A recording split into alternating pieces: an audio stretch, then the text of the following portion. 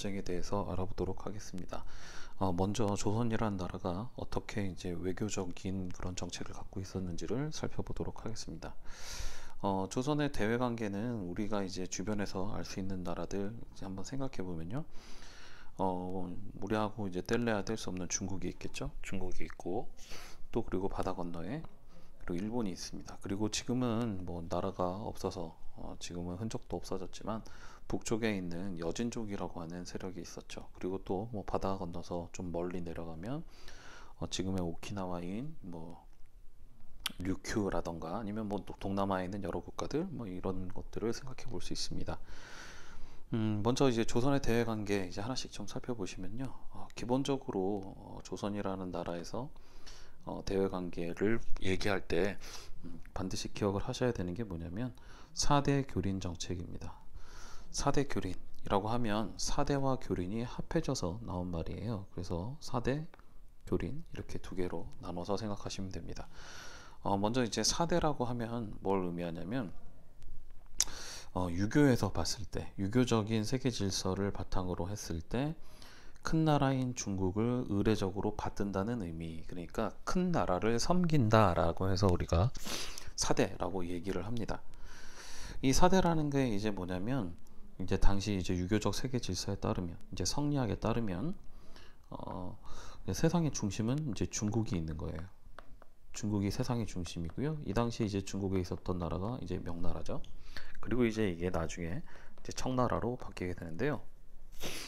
이 중국의 한족이 세웠었던 이 명나라에게는 그 부속되어 있는 여러 오랑캐들이 있다고 생각을 했어요. 그러니까 뭐 여진족 오랑캐들도 있을 수 있고, 그리고 우리 조선도 또 그 오랑캐 중에 하나라고 생각하시면 되죠. 뭐 그런가 하면 이제 베트남이라던가 뭐 지금은 이제 중국에게 이제 들어가 있지만 뭐 티벳이라던가 뭐 이런 이민족들이 다 이제 중국을 중심으로 해서 이렇게 같이 어울려 산다라고 생각을 했고, 이런 유교적 질서에 따라서 큰 나라인 명나라를 섬기면서 조선이라는 나라는 이 명나라를 섬기면서 사는 게 이제 가장 안정적이다라는 거죠. 이게 오늘날의 우리 관점으로 생각해 보면 명나라도 한 나라고 조선도 하나의 나라인데 이 나라 사이에서 이렇게 대등한 관계, 나라 대 나라의 대등한 관계가 아니라 명나라 밑에 조선이 굴복하고 있는 듯한 모습이라는 게 오늘날의 우리 관점으로 생각해 보면 좀 뭔가 자존심도 좀 상할 거는 뭐 그런 내용이지만 약육강식 지금처럼 나라 대 나라 간의 그런 긴장이나 갈등이 뭐 외교라던가 이런 걸로 풀리지 않는 시대, 그러니까 수틀리면 바로 전쟁으로 들어가던 시대를 생각을 해본다면 명나라에 적당히 굴복해 줌으로써 전쟁이 없이 갈 수 있다는 거는 그렇게 그 당시 사람들 기준으로 봐서는 그렇게 나쁜 선택은 아니었다고 생각을 해요. 그러니까 우리 이 동아시아 일대의 슈퍼 강대국인 명나라의 밑에서 인정을 받음으로써 이제 조선이 안정적으로 지낼 수 있다라는 거죠. 이 사대라고 하는 것들은 그 이제 밑에서 이제 먼저 살펴보면 우리가 명나라에다가 사신을 보냅니다. 명나라에다가 이제 사신을 보내고 명나라에 사신을 보내서 문물을 받아들이고 경제적인 문화적인 실리를 추구하는 관계예요. 그러니까 우리가 뭐 틈틈이 윗 어른을 찾아뵙고 인사를 드리는 것처럼 우리 조선에서 명나라에다가 사신을 보내면서 이 사신을 통해서 문물을 받아들이는 겁니다. 우리가 생각을 할 때 명나라는 슈퍼 강대국이면서 동시에 가장 문화적으로 앞서 있는 나라였거든요.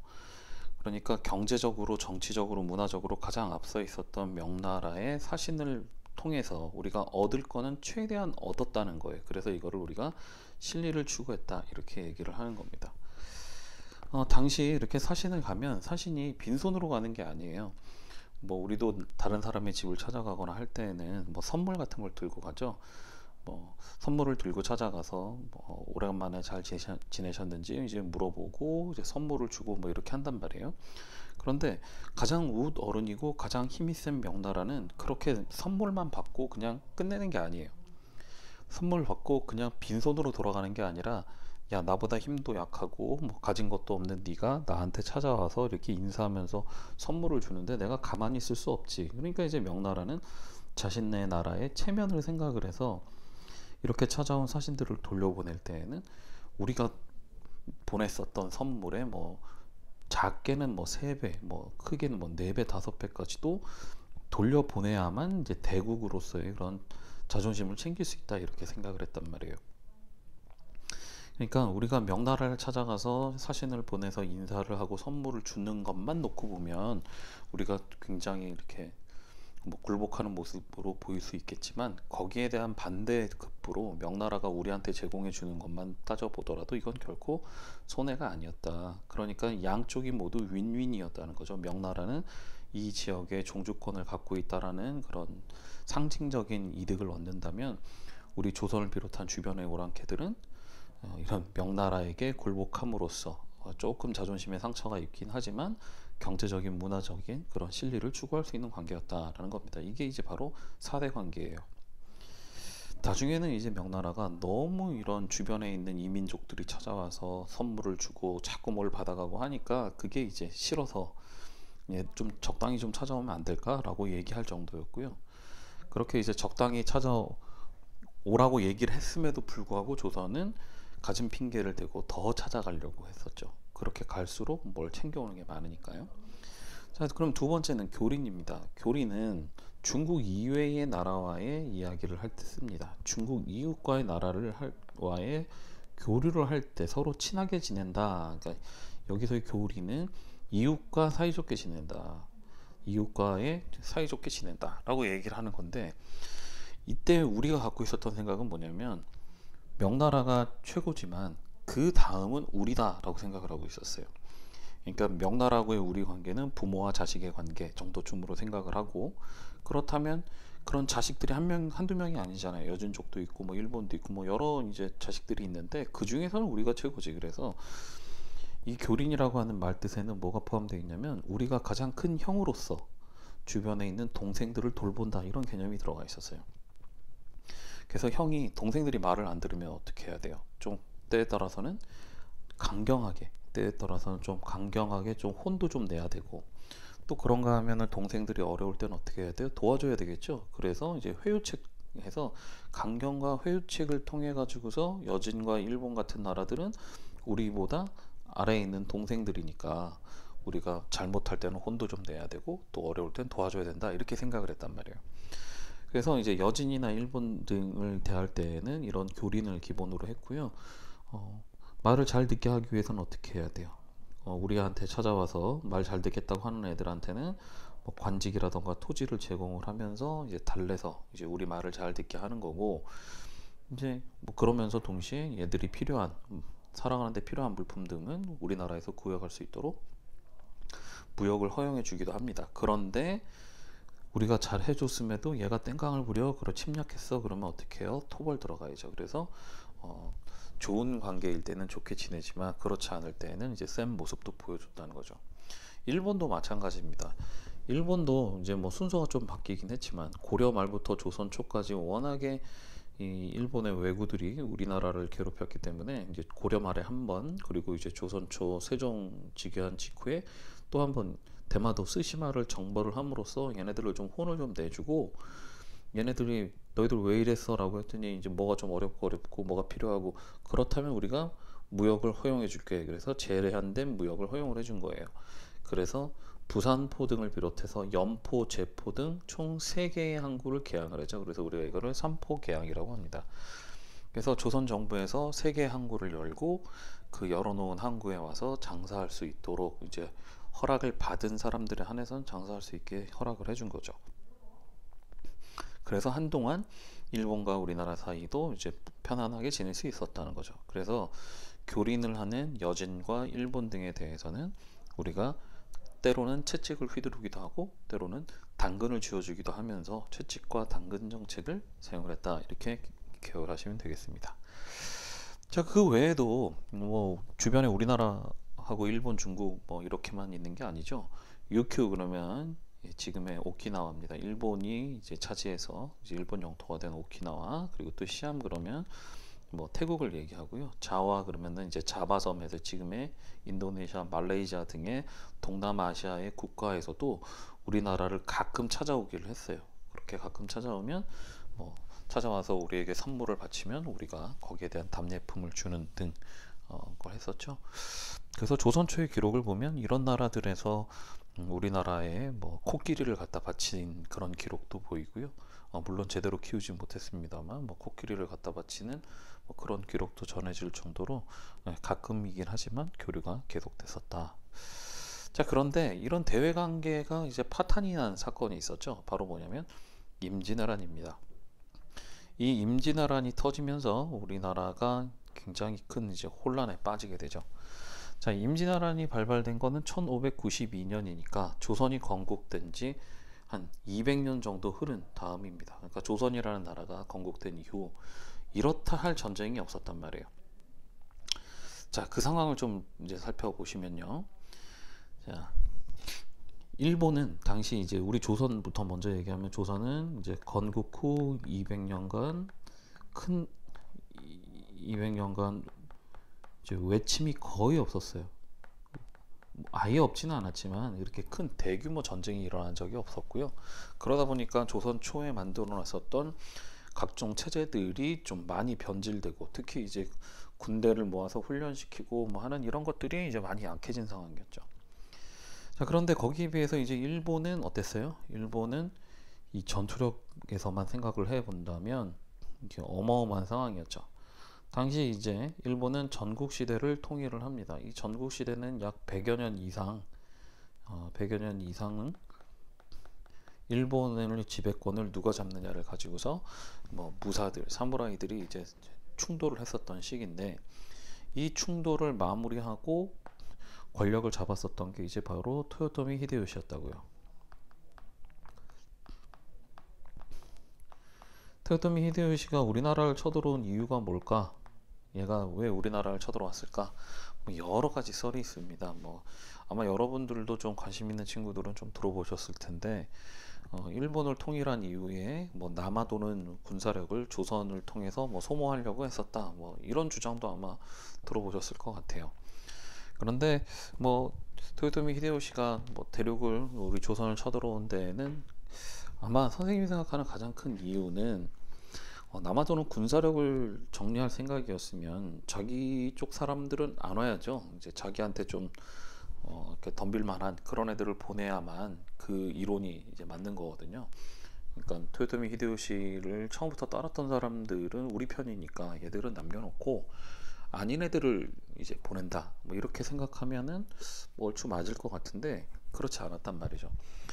토요토미 히데요시를 가까이에서 따랐던 그런 우리가 가장 잘 알고 있는 뭐 들어보셨을 거면 소서행장이라고 하는 곤니시 유키나가 일본 선봉장이었죠. 그 다음에 이제 2군의 이제 사령관이었던 가토 키요마사 뭐 이런 애들은 모두 이제 토요토미 히데요시의 최측근들이었기 때문에 이거는 군사력을 없애기 위해서 보냈다라고 하기보다는 이제 앞으로 이제 전쟁이 없어진 일본에서 새롭게 기회를 주기 위해서 했다라고 생각을 하는 게 맞을 것 같아요. 그러니까 일본은 이제 전쟁이 끝난 상황이니까 이 군인들이 활약을 해야 되잖아요. 더 이상 군대의 의미가 없어지면 안 되니까 이제 군대를 계속 운영을 하려면 전쟁이 계속 있어야 되거든요.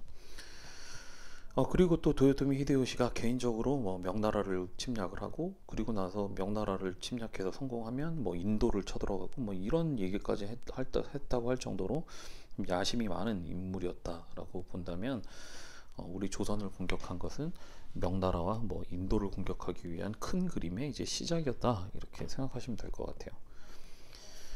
대륙 침략을 구실로 이제 조선을 1592년에 이제 쳐들어오게 되는데요.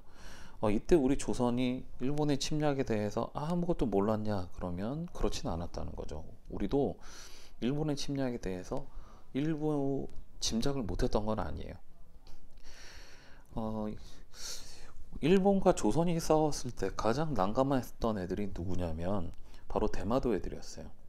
대마도의 위치를 한번 생각을 해보시면 우리 이제 조선이 이렇게 있고 이제 대마도가 이렇게 있는데 이 대마도는 조선과 그리고 이제 바다 건너에 있는 여기 일본을 연결하는 아주 그런 중요한 위치에 있는 섬인데 이 섬은 양쪽에 있는 우리 조선과 여기 있는 일본이 서로 사이가 좋아야 둘 사이에서 왔다 갔다 하면서 수익을 통해서 뭐 무역이라던가 이런 수익을 통해서 이제 먹고 사는 애들이란 말이에요. 두 나라 사이가 안 좋아지면 얘들은 두 나라 사이에서 먹고 살기가 힘들어지거든요. 그래서 임진왜란이 일어나기 전에 대마도 애들은 자기들 나름대로는 눈물겹게 이 전쟁을 좀 피해 보려고 이제 또 왔다 갔다 하면서 좀 전쟁이 안 일어나게 하려고 노력을 합니다.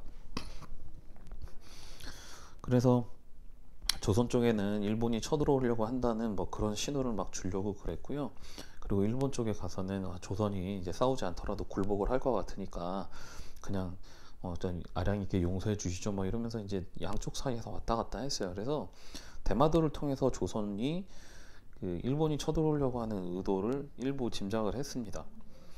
뭐 짐작을 못하는 게 이상할 정도로 신호를 줬으니까요. 일단 우리가 임진왜란 하면은 일본군이 조총을 앞세워서 쳐들어왔다라고 이제 알고들 계시죠. 그 조총을 임진왜란이 터진 이후에 우리가 알았던 게 아니에요. 대마도 애들이 우리 조선에 우리 아까 4대 관계 얘기하면서 선물 갖다 준다고 하잖아요. 그래서 대마도도 우리 조선을 방문하면서 선물을 주는데 이때 조총을 갖다 바쳤어요. 일부러 갖다 바친 거죠. 이런 거 있으니까 일본이 이런 거 갖고 있으니까 조심하세요 이런 뜻이었던 거예요. 근데 이제 우리는 어떻게 받아들였어요? 조총? 이거 뭐 별거 아니잖아 이렇게 생각했다는 거죠. 왜냐하면 이제 조총이라고 하는 무기가 우리가 기존에 갖고 있었던 활과 비교를 해보면 우리나라는 뭐 특히 편전이라고 하는 애기살을 이용하는 그런 활을 사용을 할 경우에는 조총보다 훨씬 멀리 나가고 그리고 조총보다 파괴력도 더 높고 그리고 정확도에 있어서도 조총보다 더 뛰어나단 말이에요. 거기다가 조총은 갖고 있는 태생적인 한계가 있어요. 화약무기인데 화약이 노출돼 있거든요. 그러다 보니까 일단 비 오면 못 쏴요. 화약이 젖으니까 비 오면 못 쏘고 그 다음에 아까 얘기했었던 활의 장점이 모두 다 조총의 단점이에요. 멀리 나가지도 않고 정확하게 나가지도 않고 파괴력이 또 그렇게 세지 않고 거기다가 야간에는 잘 보이지가 않으니까 화약을 뭐 이렇게 준비하고 하는 게 어렵단 말이에요. 그래서 우리 측의 반응은 이거 뭐 활에 비교해 보면은 나은 게 하나도 없는데 일본 애들은 이런 걸로 싸운다고 하면서 이제 오히려 비웃었다는 거죠. 게다가 우리는 조총보다 훨씬 큰 대포를 고려 말부터 운영을 하고 있었으니 뭐 저쪽에서 조총 쓰면 우린 대포 쓰면 되지 뭐 이렇게 생각을 했단 말이에요. 그런데 이제 한 가지 이제 우리가 모르는 게 있었던 거죠. 바로 조총이 갖고 있는 최대의 장점, 바로 훈련을 오래 시킬 필요가 없다는 거예요. 그러니까 조총이라고 하는 무기를 쓰려면은 활을 쓰는 사람들이 훈련을 받는 기간에 비해서 뭐 반도 안 됐다는 거죠. 활을 제대로 쓰려면 최소한 10년 가까이 연습을 해야 된다라고 할 정도로 활을 제대로 쓰기가 힘든답니다. 근데 조총은 어때요? 불과 몇 달만 들이면 능숙하게 조총을 사용할 수 있다고요. 그랬기 때문에 활과 조총이 막 붙었을 때 이제 조총을 사용하는 쪽이 유리한 점이 있었다는 거죠. 그러니까 병사들을 모아서 훈련을 조금만 시켜도 능숙하게 이제 총을 쏘니까요. 거기다가 이제 소리는 덤이죠. 그래서 이제 일본군이 부산에 상륙을 하고 이 조총을 앞세워 가지고서 전투를 벌이는데 우리는 여기에 대해서 제대로 대응을 못했단 말이에요. 가장 가까이 있는 우리가 잠깐 여기 밑에 있는 지도로 보면 될 것 같은데요. 자 보시면 자 일본은 여기 이제 이쪽에 있는 이제 부산 쪽으로 상륙을 했습니다. 부산 쪽으로 상륙을 해서 그 다음에 쭉 이렇게 뭐 빨간색 화살표들을 이제 보시면은 이렇게 쭉 따라 올라가는 게 보이시죠? 그래서 일본군의 처음 목표는 일단 한성을 점령하는 거였습니다. 이 과정에서 우리가 제대로 대응을 못해요. 우리가 전쟁을 자주 했던 게 아니잖아요. 정말 오래간만에 전쟁을 하고 있는 건데 상대방인 일본은 전쟁으로 100년 이상 단련된 애들이었단 말이에요. 그래서 부산포에 상륙을 하고 나서 바로 부산포가 함락이 되고 그리고 나서 동래성이 함락이 되고 하면서 경상도 일대에서는 불과 며칠 사이에 쑥대밭이 됩니다. 이때 이제 뭐 처음에 우리가 이런 것들을 좀 눈치를 채서 준비를 했더라면 좀 좋았겠죠, 그쵸? 근데 문제는 우리가 이렇게 대마도에서 조총도 알려주고 하면서 또 대마도에서는 우리한테 일본으로 사신을 좀 보내달라라는 요청을 해서 우리가 일본 사신까지 파견을 했었단 말이에요. 그런데 당시 이제 붕당 간의 갈등이 원인이었던 걸로 추정이 되죠. 그래서 당시 정사라고 하는 이제 사신단의 대표로 갔었던 황윤길은 전쟁이 날 것 같다고 보고를 했는데 또 반대편 당파였었던 이제 외교단의 부단장인 셈이죠. 이제 김성일 같은 경우에는 아니다, 전쟁 안 난다라고 얘기를 하면서 이제 오히려 전쟁이 난다 안 난다가 이제 붕당 간의 다툼의 소재로 이제 소모돼 버리는 그런 일들을 경험을 했단 말이에요. 뭐 다행인 건 그런 논의 끝에 일부 성들이 보강이 되는 그런 작업이 시작이 되기도 했고, 우리가 알고 있는 이순신 장군이라던가 권율 장군 같은 분들이 이제 승진을 해서 임진왜란 한 때에 활약할 수 있는 자리에 가 있었다는 게 이제 뭐 다행이긴 합니다만, 어쨌든 전쟁이 터졌을 때 우리는 제대로 대응이 안 돼 있었다. 그리고 이제 당시 이제 우리가 갖고 있었던 체제는 전쟁이 났을 경우 주변 지역에 있는 병력들이 한 곳으로 모이면 이 모인 병력을 지휘하기 위해서 서울에서 지휘관들이 파견이 돼서 내려와야 돼요. 그런데 전쟁이 터졌다는 소식이 서울로 전달되는 데만 해도 며칠이 걸렸고, 그리고 나서 다시 또 지휘할 사람들이 내려오는 그 시간 동안 이미 벌써 경상도 일대는 일본군한테 넘어가 있었다고요. 자, 그래서 이제 이때 첫 번째로 내려왔던 사람이 이일이라고 하는 장군입니다. 원래 저쪽에 여진족과 싸울 때에는 엄청나게 활약을 했었던 훌륭한 장군 중에 한 명이었던 사람이에요. 근데 이제 이일이 군대를 지휘하기 위해서 이제 대구까지 내려와야 되는데, 대구까지 내려오기도 전에 이미 벌써 일본군이 대구를 점령을 해버렸단 말이에요. 그러니까 대구 위에 상주라는 곳에서 대구가 벌써 일본군에게 점령됐다는 소식을 듣고 나니까 이제 어쩔 수 없잖아요. 바로 코앞에 일본군은 있고, 그래서 상주에서 일본군을 막기 위한 준비를 시작을 하는데, 모인 병력이라고 하는 사람들이, 선생님이 이제 지난번에 온라인 수업하면서 얘기를 했었지만 장부상으로만 존재하는 병력들이었단 말이에요. 근데 전쟁이 나서 이제 실제로 사람들을 끌어모아서 자, 이제부터 너희들 싸워야 한다라고 하는데, 뭐 전쟁 뭐 군사훈련을 받은 적이 있는 것도 아니고, 그래서 이 일이 모인 사람들을 데리고서 제식 훈련이라고 하죠. 차렷 열중저 좌양좌 우양우 하는 이런 훈련을 시키고 있는데 이미 벌써 일본군이 나타난 거예요. 안 싸울 수는 없으니까 싸우긴 했는데 아주 모인 병사들의 숫자도 적었을 뿐더러 훈련도 안 돼 있고 갑자기 공격을 당하다 보니까 이제 이 일이 간신히 목숨만 건져서 이제 충주로 도망을 치죠. 충주로 도망을 쳤더니 이제 충주에는 이 일과 함께 북쪽에서 유명했었던 장군인 신립 장군이 그래도 좀 병력들을 모아서 충주에 와 있었던 거예요. 그러니까 이일 장군이 자기가 경험했었던 상황들을 이제 공유를 했겠죠. 그러자 이제 망설이고 있었던 신립 장군이 천혜의 요지라고 알려 있는 그 문경세제라던가 이런 데를 포기를 하고 그런 데를 포기하고 충주에서 이제 배수의 진으로 싸우겠다 이렇게 나온 겁니다. 근데 문제는 배수의 진을 해가지고서 싸우면 당시 신립 장군이 기병을 이끌고 왔고 또 주변에 충주에서 모인 보병들을 가지고서 싸우는데, 보병들은 앞서서 상주나 마찬가지로 훈련이라는 게 거의 안 돼 있었고, 그러니까 뭐 도망치지 못하게 배수의 진을 해놓은 거고, 기병들은 북쪽에서 말을 타던 사람들인데 이 충주는 남한강을 끼고 있거든요. 근데 이 남한강 주변 충주의 그 별판 지역이 주로 논으로 개발이 많이 돼 있었고, 또 마침 또 전투가 일어나기 하루 전에는 비가 오는 바람에 바닥이 엄청 질퍽거린 거예요. 그러니 기병들이 제대로 싸워보지도 못하고 포위당해서 이제 이곳에서 거의 사실상 전멸을 하다시피 해버리죠. 충주가 뚫리고 나면 그 다음부터 서울까지는 그대로 고속도로가 뚫린 거나 다름이 없습니다. 그래서 선조 임금이 서울을 버리고 이제 도망을 치기 시작을 하죠. 선조가 이제 처음에 이제 도망을 친 게 이제 개성이고, 이제 개성에서 평양을 거쳐서 이제 의주까지 도망을 치게 되는데, 이 도망치는 일정 자체가 참 안타까운 일정의 연속이죠.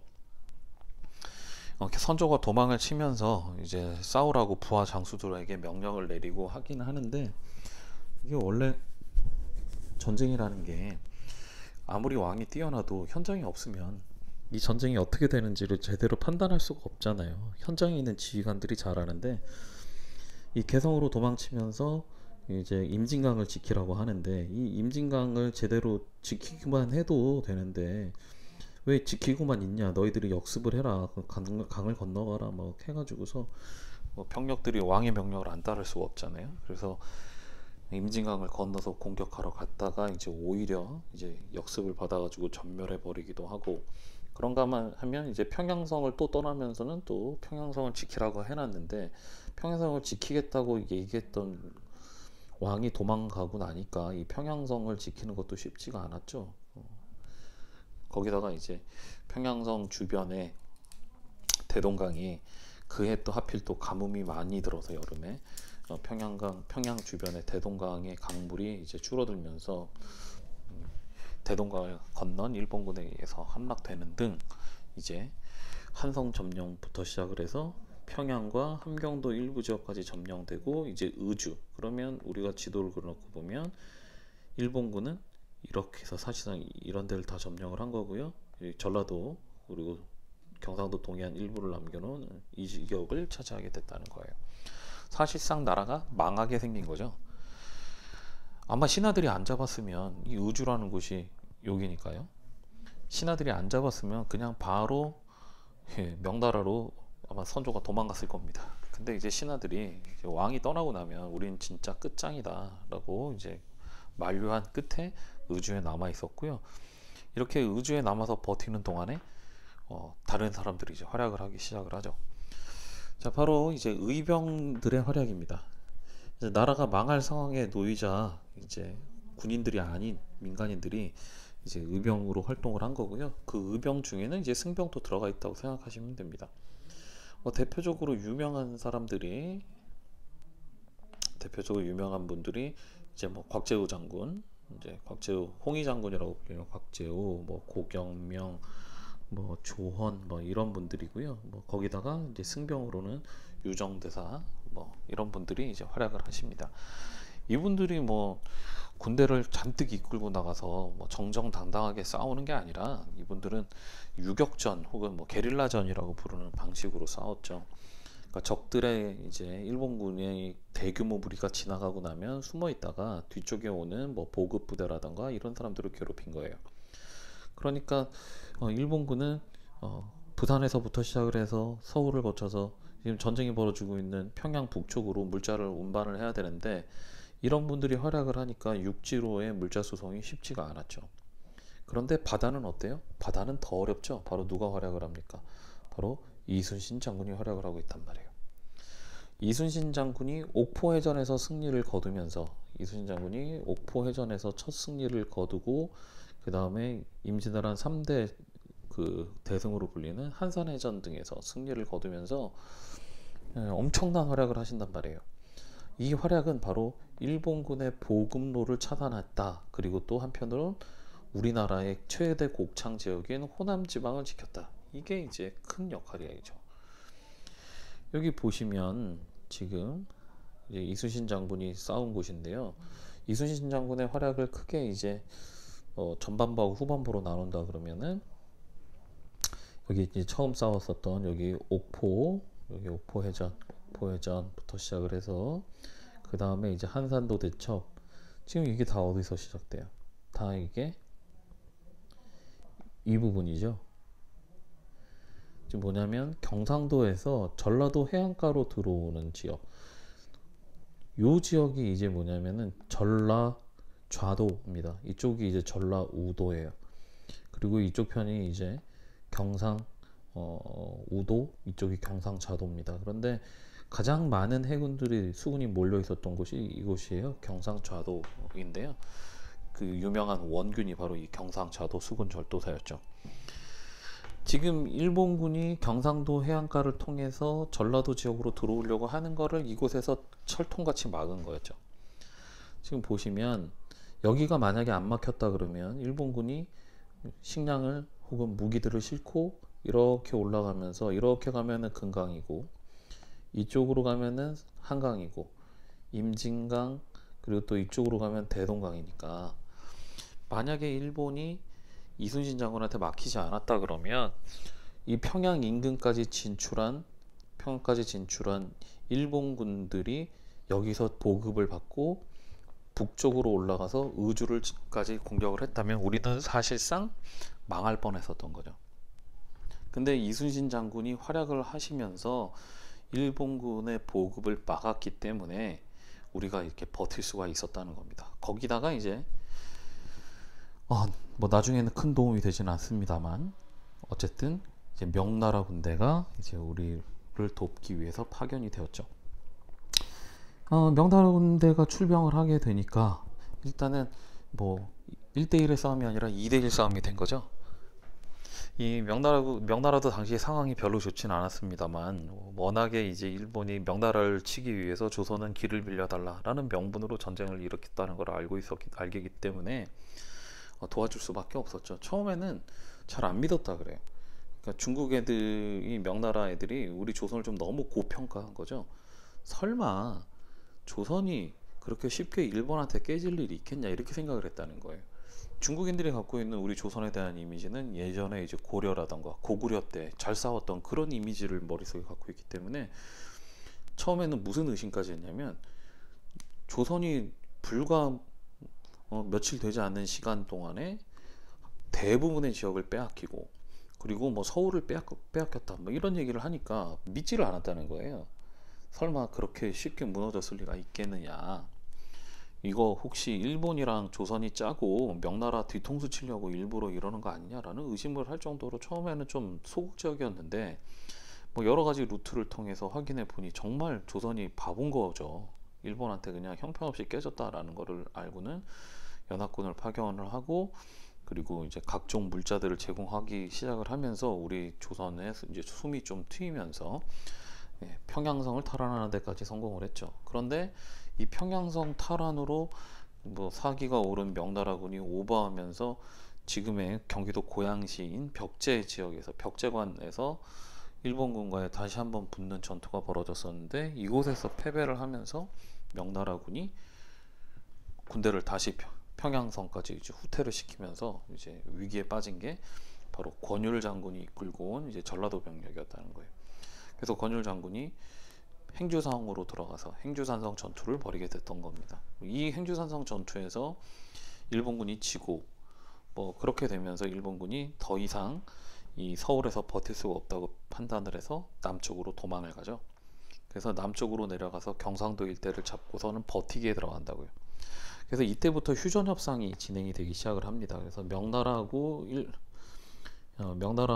일본 사이에서 이제 휴전협상이 진행이 됐지만 한 7년 가까운 시간을 한 5년 정도 가까운 시간 동안을 끌다가 결국에는 결렬됐어요. 그 사이에 이제 일본은 뭐 보급품도 갖고 오고 이제 여러 가지로 준비한 끝에 다시 한번 침입을 합니다. 이게 바로 뭐냐면 정유재란이라고 하는 겁니다.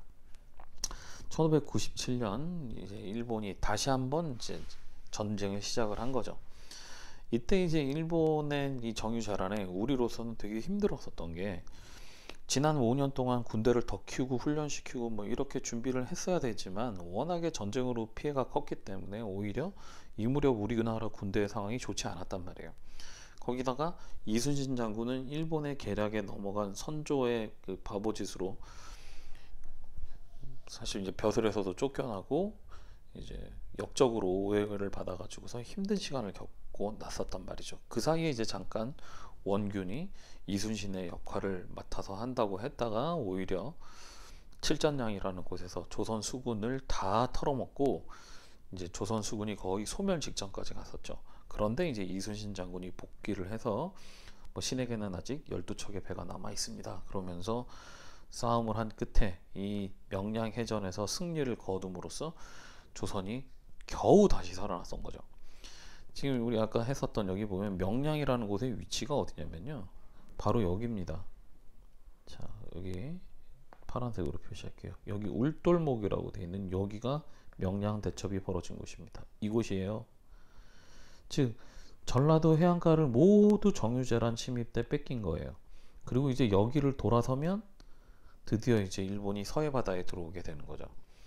여기서 밀렸더라면 당시 이제 일본군이 경기도 평택 인근까지 올라가 있는 상황이었기 때문에 이때 이곳을 돌파한 수상부대의 보급을 받아가면서 싸웠으면 우리 조선은 정말 또 한 번 대위기를 맞을 뻔했었습니다. 그런데 이제 다행스럽게도 이순신 장군이 활약을 하고 일본 애들이 야 이거 안 되겠다라고 해가지고서 결국 정유재란으로 이제 정유재란을 일으켰던 일본 애들이 군대를 이제 철수를 시키죠. 그러던 중에 이제 도요토미 히데요시가 사망을 하게 됩니다. 도요토미 히데요시가 사망을 하게 되니까 일본군은 더 이상 있을 이유가 없죠. 명령을 내린 사람이 죽어버렸으니까요. 그래서 일본군이 철수를 시작하는데 이순신 장군이 그걸 그렇게 쉽게 보내줄 리가 없죠.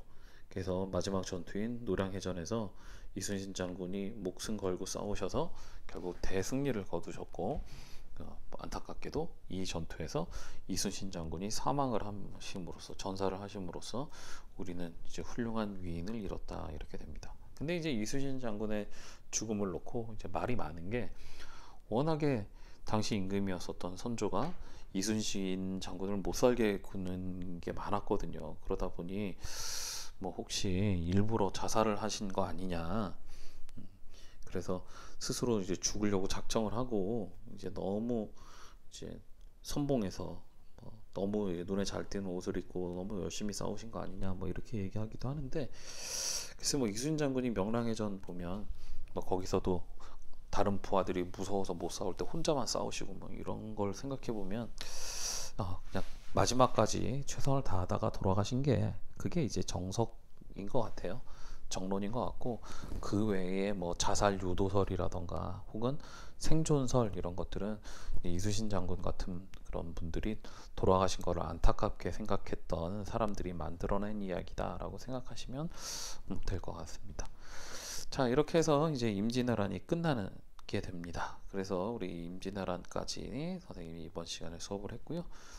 다음 시간에 다시 임진왜란 이후 그리고 병자호란에 대한 이야기를 해보도록 하겠습니다.